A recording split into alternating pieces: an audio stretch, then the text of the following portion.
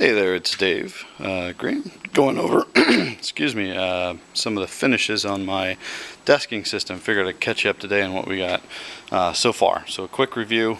This is a plank of butternut, or also known as white walnut. So it's been out in the sun. You can see here it's been out in the sun for a bit. It's got some good weathering on it. This was crosscut, or not crosscut, but it uses a portable mill. Guy down the street, so you can see here it's relatively straight, a little bit of curvature on there. Still has a little live edge action going on there. I mean, a little bit of a little disgusting underneath, so we're just using the top board where I can get the most maximum amount of exposure here. But in essence, we're carving things up section by section. So you can see here's a section I sanded. This has mineral spirits. I use mineral spirits to clear off the work surface, let it dry out first before I move on.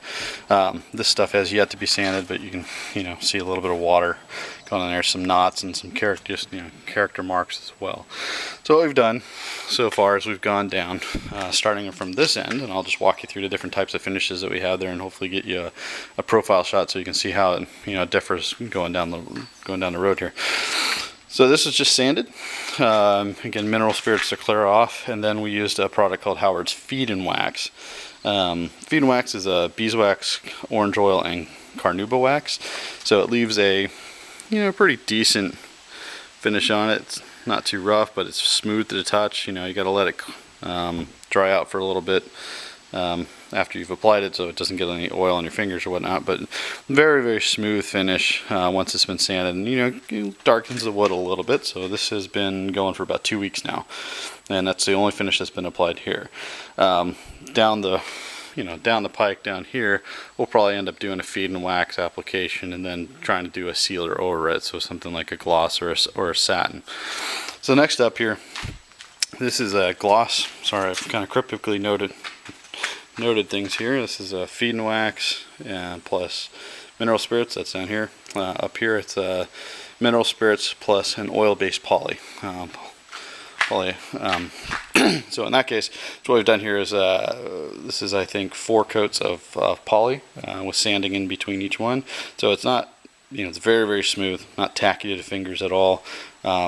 Ideally, this would be your hard durability finish, right? So something that would take a little bit of abuse, right, and allow you just to kind of every year do some maintenance activities on that on that type of finish, right? So this is a poly gloss. Then right over here, same basic concept, sand down, and what we've done over top of this is an oil-based satin finish. So you can tell already just from looking between the two, it very, kind of has that not dulled look, but it's certainly not as in your face as the gloss is. And if you go down in profile, you can kind of see here, the differences, right? So here's your oil based poly, and then here's your satin. Right, so you can see, just looking down the line here, kind of how that, how that looks. That's probably a better shot right there, so a little less reflectivity, right? So that's those 3 sections. Those are mostly complete. I might do another finish on this one. Excuse me. Been a long day.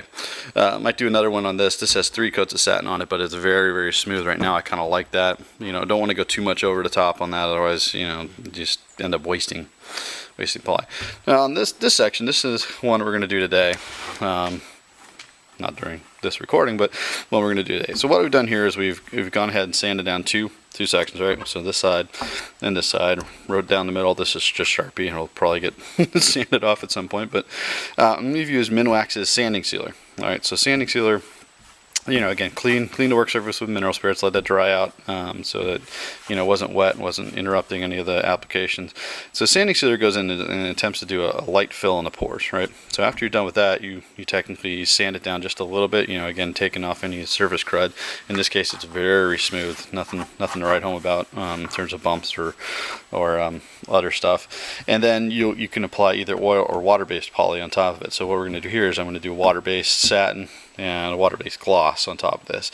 Now the reason why I'm doing gloss and satin, both in oil and water based, is I want to get a little bit of some variety here. Water-based, in my opinion, is a little bit nicer, on the environment kind of deal. I mean, it's all crap at the end of the day, right?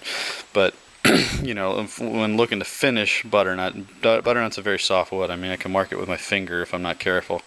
You know, leave any type of impression. And just like wood, it's not an oak, right? It's not gonna be more resilient. So, looking for something that's going to provide a good level of protection for the surface, but not be, you know, extremely harmful, extremely chemical, if you will.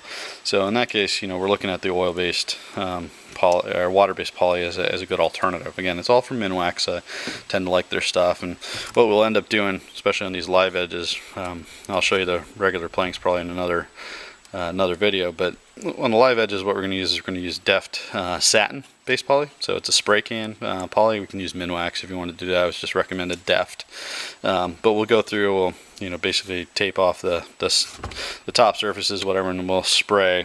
You know, spray these live edges with poly just to seal them in.